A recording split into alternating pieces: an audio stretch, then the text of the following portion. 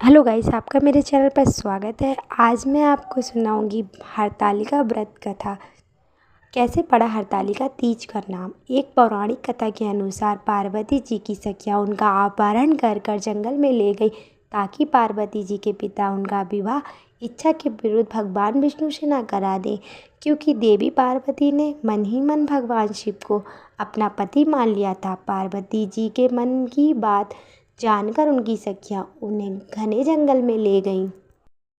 जंगल में अपनी सखियों की सलाह से पार्वती जी ने एक गुफा में भगवान शिव की आराधना की। भाद्रपद तृतीय शुक्ल के दिन हस्त नक्षत्र में पार्वती जी ने मिट्टी से शिवलिंग बनाकर विधिवत पूजा की और रात भर जागरण किया। पार्वती जी के तप से खुश होकर भगवान शिव ने माता पार्वती को पत्नी के रूप में स्वीकार कर लिया था।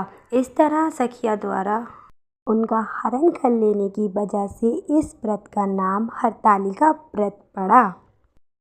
हरतालिका तीज व्रत कथा पौराणिक मान्यता के अनुसार पित्या की यज्ञ में अपने पति शिव का अपमान देवी सती सहन न कर पाई थी और उन्होंने खुद को यज्ञ की अग्नि में भस्म कर दिया।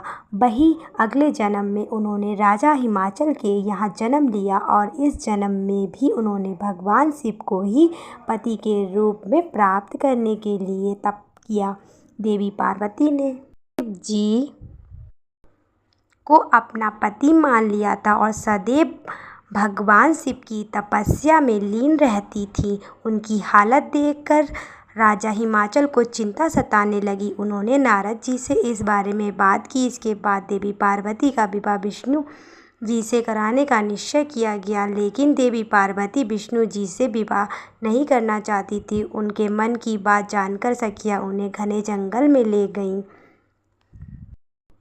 कहा जाता है कि भाद्रपद शुक्ल तिथि के हस्त नक्षत्र में माता पार्वती ने रेत से शिवलिंग का निर्माण किया और भोलेनाथ की स्तुति में लीन होकर रात्रि जागरण किया। साथ ही उन्होंने अन्न का त्याग भी कर दिया। ये कठोर तपस्या 12 साल तक चली। पार्वती के इस कठोर तपस्या से प्रसन्न होकर महादेव ने उन्हें दर्शन दिए और इच्छा के अनुसार अपनी पत्नी के रूप में स्वीकार कर लिया। इसलिए हर साल महिला अखंड सौभाग्यवती के लिए व्रत को करती हैं।